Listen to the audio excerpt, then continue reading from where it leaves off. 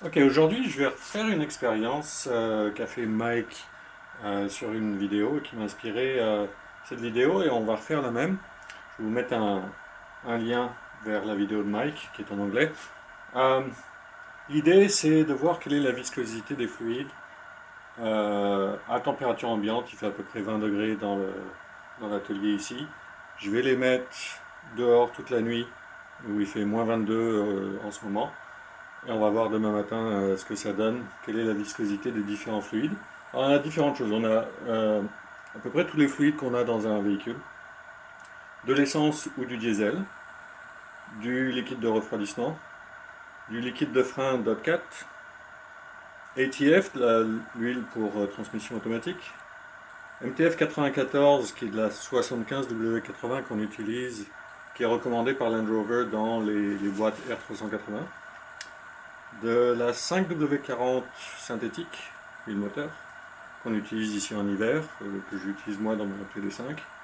De la 15W50, qui est une huile qui est moins fluide, qui est plus visqueuse, donc, qu'on utilise dans des pays un peu plus chauds. Et, ou dans des motos qu'on n'utilise que l'été, par exemple. Et ici, de la EP90 synthétique, qu'on utilise dans la boîte de transfert et dans les différentiels. Alors, donc la viscosité, plus elle est élevée, plus le liquide va être pâteux. Euh, donc l'essence, sans surprise, elle est très liquide. Si j'essaye de la mettre sur le tableau, on ne la voit même pas, elle coule d'un seul coup. Pareil pour le diesel, ça coule très vite. Le liquide de refroidissement, très liquide lui aussi. Le liquide de frein est déjà un peu plus visqueux. On voit la vitesse de progression de la goutte. ETF assez liquide.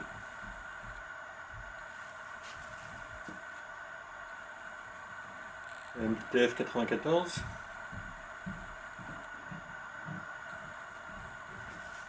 donne une idée. On va passer l'huile moteur, 5W40.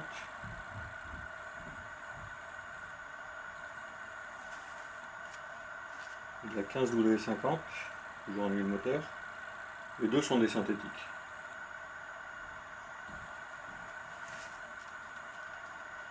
Et la EP90 pour les ponts et pour la boîte de transfert. Ça vous donne une idée, une référence. Ce que je vais faire, je vais prendre tout ça, je vais aller l'installer dehors. Ça va avoir le temps de bien refroidir toute la nuit. Demain matin, je vais refaire la même expérience. Je vais les reprendre. On va voir un petit peu quelle est la viscosité des différents fluides. Là, on le voit hein, dans le verre, la façon dont ça colle, la façon dont ça bouge dans le verre par rapport à l'ATF ou par rapport à l'essence. Donc, je vous laisse ça ici et on voit demain matin.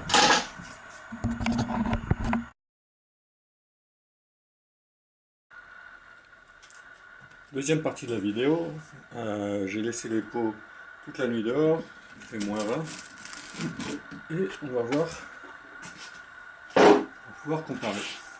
Alors j'ai déjà un test de référence de l'eau, bien solide. Qu'est-ce qu'on avait? On avait l'essence, toujours aussi liquide, le diesel est un petit peu moins liquide. On a du diesel spécial pour l'hiver ici. Je ne me souviens plus de l'ordre.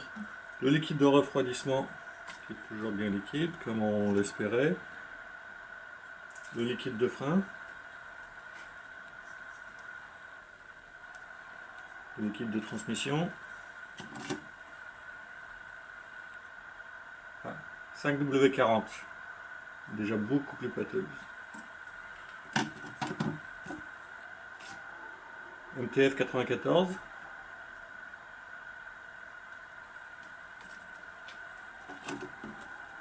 15W40.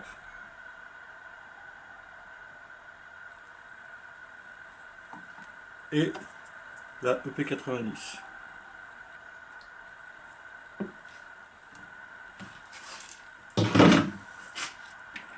On va refaire le test. Essence. Elle coule normalement.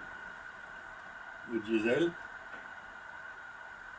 Pas mal normalement aussi. Liquide de refroidissement. Liquide de frein Bobcat.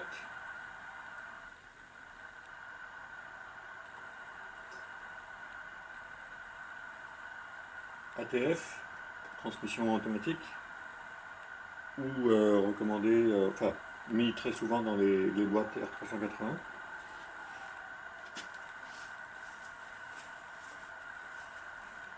La recommandation de Land Rover, la MTF 94, qui a un indice de 75W80. Donc 75 quand elle est froide, 80 quand elle est chaude. 5W40.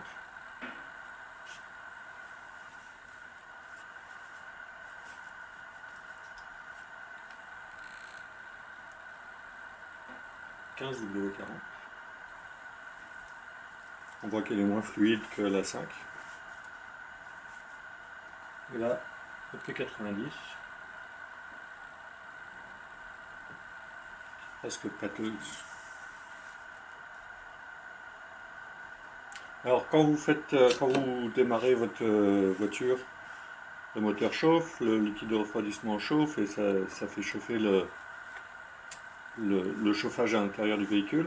Donc c'est pas parce qu'il fait chaud dans votre véhicule que votre véhicule est prêt à partir. L'huile va avoir le temps de se réchauffer un peu, puisqu'elle est circulée par le moteur. Par contre, votre différentiel ou votre boîte de transfert qui fonctionne à la EP90, elle est bien froide, elle est bien pâteuse. C'est pour ça que c'est important de partir doucement en voiture. C'est pas parce que le moteur est chaud et que l'habitacle est chaud qu'on peut partir très vite. C'est recommandé de rouler doucement histoire de réchauffer les roulements, la graisse dans les ponts, pour éviter l'usure prématurée. Donc voilà, c'est intéressant, moins 20, on voit comment les huiles se comportent. Si ça vous intéresse, inscrivez-vous à la chaîne, abonnez-vous, ça m'aidera à faire d'autres vidéos. Merci.